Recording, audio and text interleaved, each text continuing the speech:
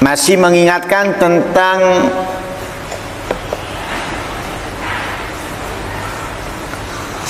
banyaknya orang yang tertipu dengan dirinya. Di sini dikatakan, wahai saudaraku, nasihatilah dirimu, ingatkanlah dirimu, jadilah kamu orang yang perhatian atas ketaatanmu, kebaikanmu, keimananmu, dan jangan kamu tertipu dengan orang-orang yang memiliki garis keturunan sepertimu, atau jangan kamu tertipu dengan perbuatan-perbuatan orang yang sepertimu dalam ketaatan, dalam kebaikan.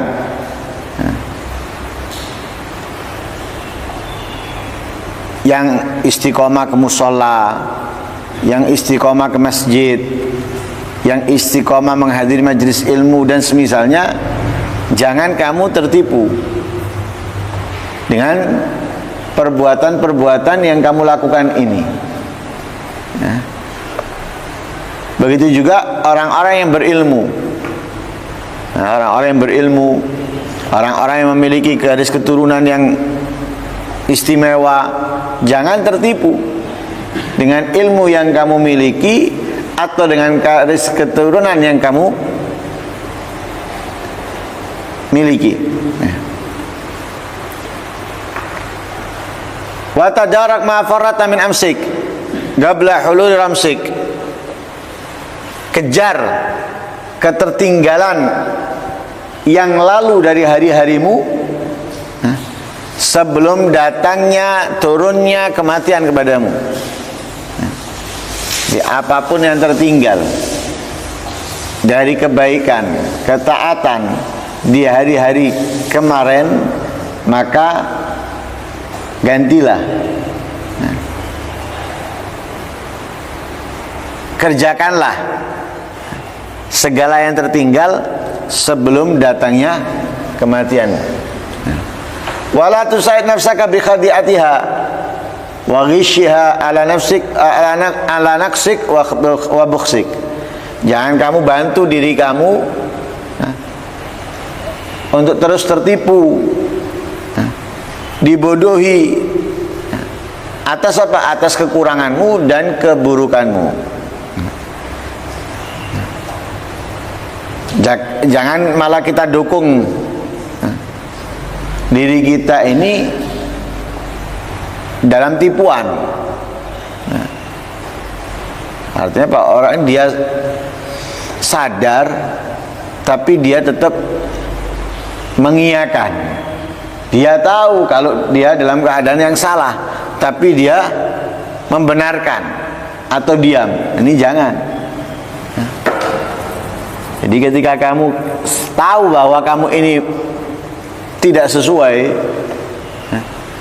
tidak semestinya berada di tempat itu atau dalam perbuatan itu, jangan kamu mengiyakan atau membiarkan diri kamu dalam hal-hal tersebut. Itu sama dengan apa? Membantu diri kita tertipu. Nah, ini pembahasan masih tertipu dengan nasab. Sehingga diceritakan di situ ada seorang Sayyid Asy-Syarif, Abdullah bin Sulaiman Basurah.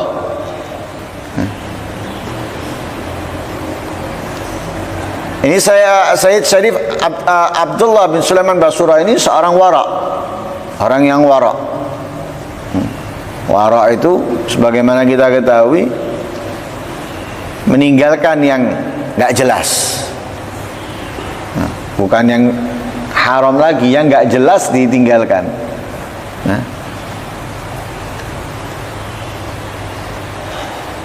Ada seseorang bercerita kepada beliau, mengingatkan beliau tentang berharap luasnya rahmatnya Allah, Artinya membukakan pintu harapan bahwa kita ini harus berharap kepada Allah dan ini dan itu dan sebagainya. Kemudian juga luasnya pintu rahmatnya Allah, ya, dijelaskan, diterangkan oleh seseorang kepadanya. Karena beliau ini dikatakan di sini, wa kana syarifil madhkur yaghlib 'alal khaf wa yakbidu fi aktsari ahwali. Karena beliau ini orang yang memiliki rasa takut yang kuat. Bahkan di beberapa keadaan atau di banyak keadaannya sampai membuat beliau ini nggak bisa melakukan apapun. Karena begitu besarnya rasa takutnya. Jadi rasa takutnya menguasai dirinya. Sehingga berbeda dengan orang-orang pada umumnya. Kadang menutup diri di rumahnya atau di kamarnya dengan beribadah kepada Allah, menangis dan lain sebagainya. Walhasil intinya dipandang orang-orang ini beda dengan yang lain. Karena rasa takutnya yang besar. Nah, kadang kan kita ini harus perlu rasa takut yang besar, kadang merasa berharap yang besar, kadang ya seimbang. Dan ini beliau ini sangat kuat rasa takutnya. Nah, karena itu saudaranya tadi itu atau temannya tadi itu menjelaskan tentang berharap atau luasnya rahmat Allah untuk mengurangi rasa takutnya, ya. Mengurangi rasa takutnya supaya ada kenyamanan dalam menjalankan kehidupan di atas dunianya ini. Karena kalau rasa takutnya besar ya mungkin bisa nggak makan, mungkin juga nggak ada canda tawa sekalipun dengan keluarganya, karena begitu besar rasa takutnya. Seperti orang yang kena penyakit misalnya, penyakit yang ganas dan ini, ya mungkin walaupun dia hidup di antara keluarga yang menghiburnya, dia nggak akan terhibur. Kenapa? Sudah dalam mindsetnya, dalam pikirannya, penyakit yang ada dalam dirinya ini nggak bisa disembuhkan, ya. Dia bakal mati dengan penyakit itu, ya, dan yang lain sebagainya. Sehingga apa? Walaupun berusaha dihibur oleh keluarga, keluarga nggak akan dia nggak akan terhibur. Walaupun dia senyumnya dia, ya, senyum kecut ibaratnya, ya. Hanya menunjukkan kepada mereka senyum, ya, agar mereka senang, padahal dirinya masih, ya. Begitu, seperti itulah Sayyid Abdullah bin Sulaiman ini. Lah saudaranya itu tujuannya apa? Inasahu, ya, fa'aradal akh inasahu, ingin membuat dia nyaman, tenang. Nah, akhirnya mengatakan, ya Sayyid, ya Syarif, tubalakum ya al Muhammad, ya sallallahu alaihi wasallam, fa innahu sayyidul anbiya wa aujahus syufa'a wa antum garabatuh wa sulalatuh.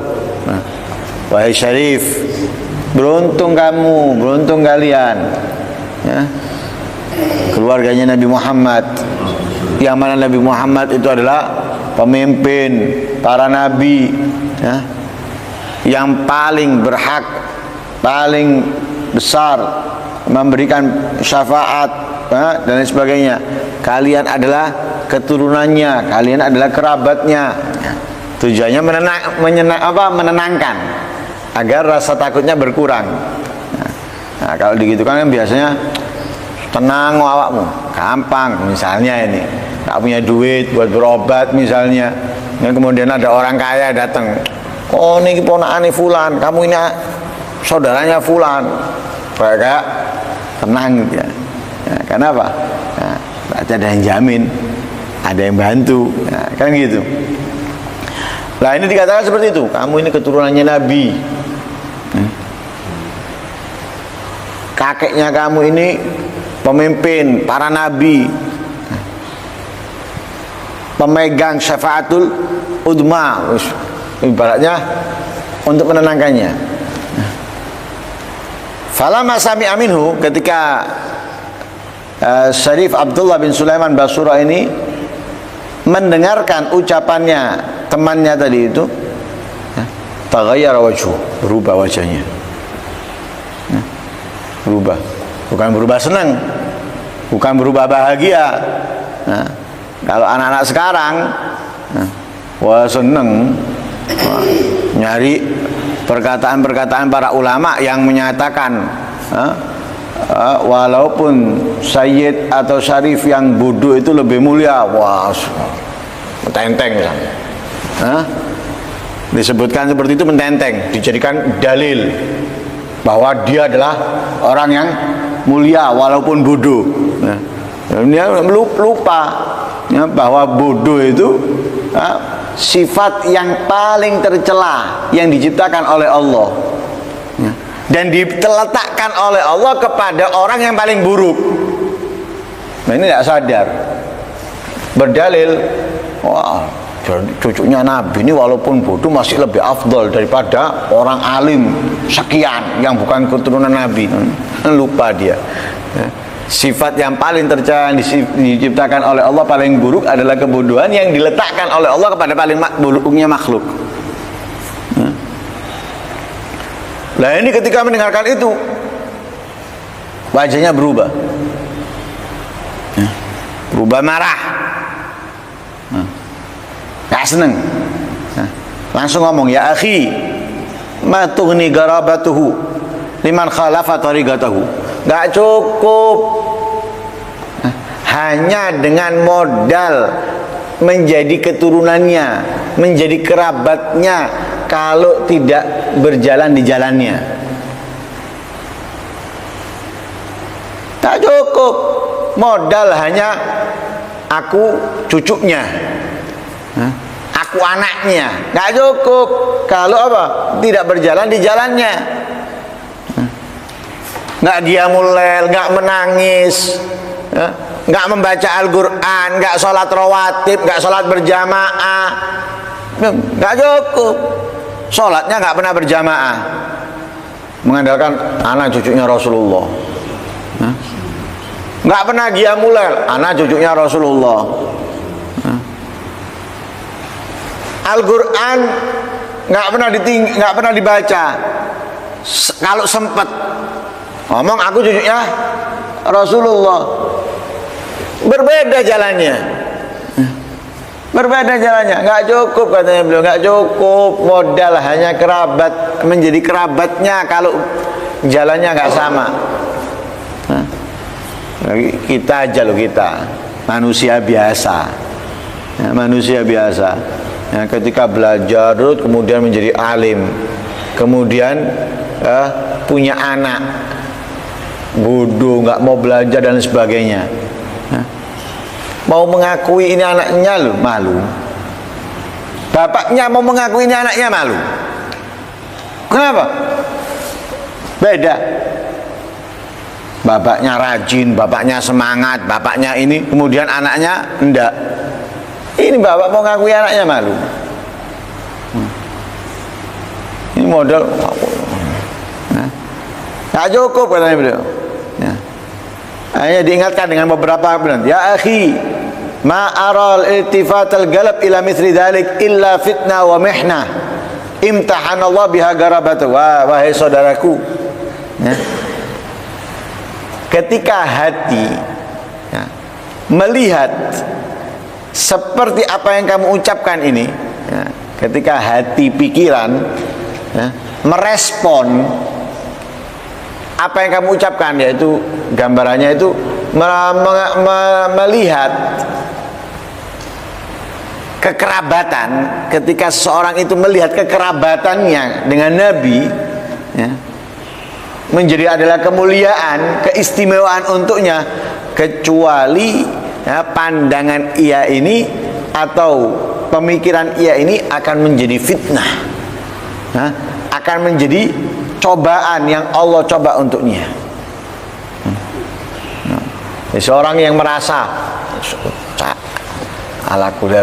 untung saya menjadi cucunya Rasulullah, dzurriyyah Nabi dan sebagainya. Orang yang berpandangan seperti ini pasti fitnah buat dia. Fitnah. Nah, dalam arti fitnahnya apa? Fitnahnya dia akan tertipu sudah dengan kekerabatannya tadi itu. Kemudian akan menjadi mihnah, ujian buat dia. ya, akan menjadi ujian. Nah, yang itu Allah uji dengan hal ini, qarabatuhu liyanzura kaifa haluhum mina idzin, untuk melihat bagaimana keadaan mereka saat itu. Faman igtarra biha kana maghruran, kalau tertipu dengan apa pemikirannya, pandangannya dia, maka dia adalah menjadi orang yang ditipu, menjadi orang yang tertipu. Padahal Allah Subhanahu wa taala telah mewarning kita, mewaspadahkan kepada kita apa? Minal ightirar, daripada tertipu. Allah mengatakan jangan sampai kalian tertipu. Dengan apa? Dengan segala sesuatu yang membuat apa? Semangat kalian turun, membuat apa? Kurangnya semangat atau kurangnya kurang kuatnya keinginan. Itu Allah mewaspadai kita. Lah diantaranya apa? Diantaranya ini tadi, orang yang selalu menganggap kemuliaan nasabnya. Orang yang seperti ini biasanya semangatnya itu turun dalam kebaikan, ketaatan. Keinginannya rendah. Nah, sebagaimana Allah berfirman, "Fala taghurrannakumul hayatud dunya wa la yaghurrannakum billahil gharur." Nah. Kemudian ya akhi, diingatkan lagi, wahai saudaraku, innama yudriku syafa'atahu man mata ala millatih. Yang bisa meraih syafaatnya itu yang meninggal dalam Islam, meninggal dalam ajarannya. Nah, tadi kan ngomong dia, kamu adalah kerabatnya Nabi. Nabi itu adalah pemegang syafaat. Dikatakan oleh orang tersebut, yang bisa berhak mendapatkan syafaatnya itu yang meninggal dalam keadaan Islam, dan meninggal dalam keadaan apa? Pada ajarannya. Tapi faman arsala nafsahu bil ma'asi ma yudrihi annahu ikhtamna bil iman. Tapi kalau orang mengisi waktu-waktunya dengan kemaksiatan, kelalaian, maka aku nggak tahu ditutup dengan iman atau tidak dia. Lah pada umumnya, wa fi hadithihi sallallahu alaihi wasallam al-ma'asi baridul kufur. Kalau orang itu melakukan kemaksiatan sering, banyak, maka biasanya meninggalnya bukan dalam keadaan Islam, atau meninggalnya bukan dalam keadaan husnul khatimah. Kenapa? Karena kemaksiatan itu adalah posnya kekufuran. Posnya kekufuran adalah kemaksiatan.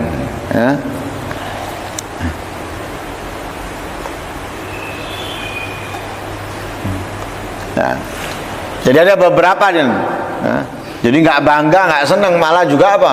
Itu menjadi beban.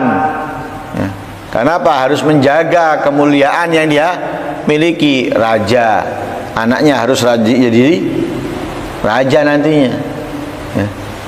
Anaknya raja harus menjadi raja. Nah, untuk menjadi raja, dia harus pandai.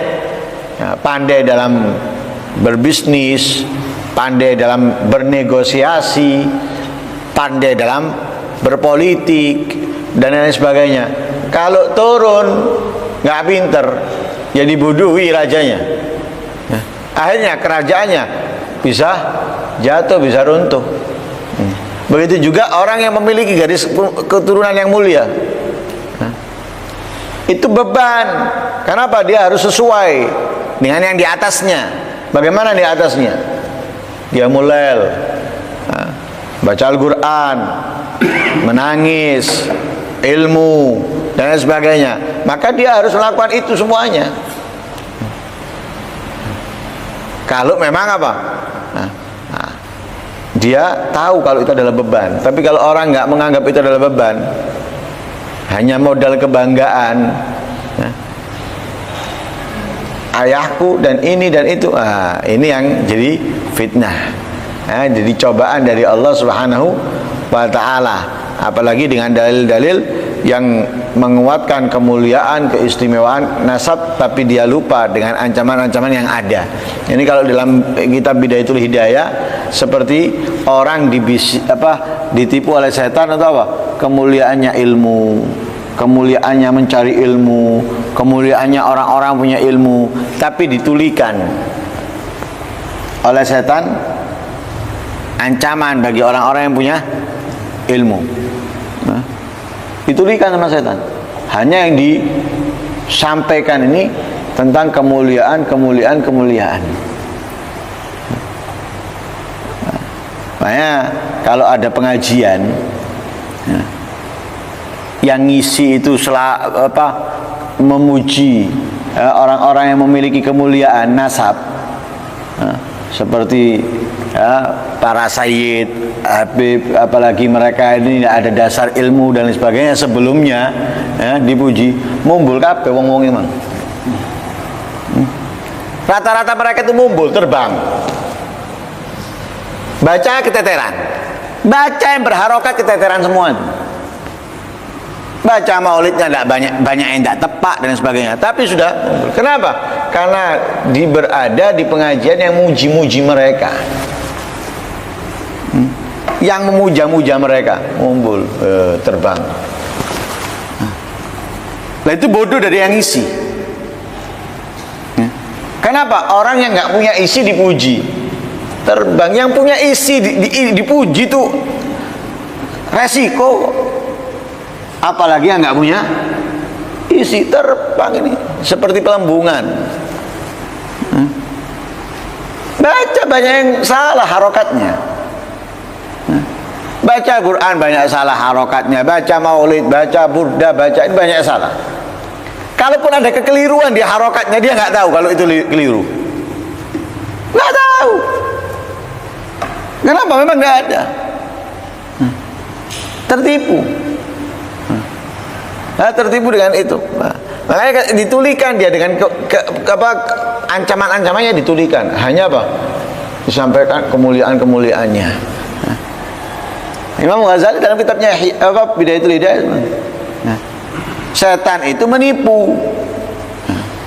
Menipu dengan apa? Dengan kemuliaan ilmu, kemuliaan orang yang punya ilmu dan sebagainya. Tapi setan menutup telinga orang tersebut daripada ancamannya. Sama dengan orang-orang yang punya garis keturunan yang mulia ini. Yang disampaikan, yang dia dengar ini kemuliaannya toh. Tapi nggak pernah disampaikan hal-hal yang membuat mereka itu tertusuk, membuat mereka itu ketembak. Dengan apa? Ternyata hanya keturunan nggak cukup. Imam Ali mengatakan apa? Al-ilmu syarif wabika ashraf wal jahlu gabih wabika akbah. Imam Ali mengatakan apa? Ilmu itu mulia, menjadi mulia kalau untukku dan untuk kalian. Itu kepada anak-anaknya, pada keturunannya.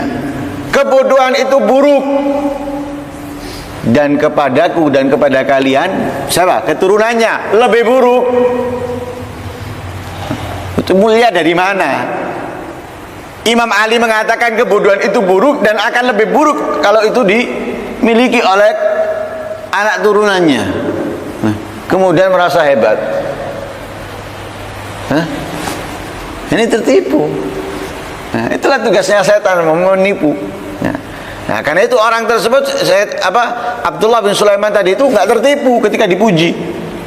Ketika saudaranya tadi itu ingin membuat dia tidak terlalu takut, nggak tertipu, malah mengingatkannya, nggak cukup hanya modal keturunan. Kalau kamu mengatakan bahwa kakekku adalah pemegang syafaat, itu yang bisa disyafaati yang meninggal dalam keadaan iman, Islam. Itu berarti beliau menganggap apa? Masih banyak kemaksiatan yang dilakukannya, sedangkan kemaksiatan itu bisa mengantarkan orang kepada kekufuran. Nggak merasa hebat, nggak merasa mulia, nggak merasa, padahal disebutkan sifatnya apa? Beliau adalah wari, orang yang warok, tapi tetap tidak menenangkan dirinya dengan ucapan itu agar tidak tertipu. Sehingga apa? Nggak bisa. Bisa dapat syafaat, iya kalau meninggal dalam keadaan Islam. Nah, sedangkan aku masih banyak kemaksiatan. Nah, kalau banyak kemaksiatan ini belum tentu bisa meninggal dalam keadaan Islam. Yang dapat syafaat itu hanya yang Islam. Nah, itu apa? Untuk menolak agar tidak tertipu. Ya, semoga kita ini tidak tertipu dengan tipu daya setan yang menjauhkan kita dari kebaikan, ketaatan, kemuliaan, dan semoga kita tetap terus melakukan apa yang diperintahkan oleh Allah, diperintahkan oleh Rasulullah, menjauhi apa yang dilarang oleh Allah dan Rasulnya. Amin Allahumma amin. Wassallallahu alaihi wasallam Muhammadin wa ala alihi wasallam. Alhamdulillahirabbil alamin. Al-Fatihah.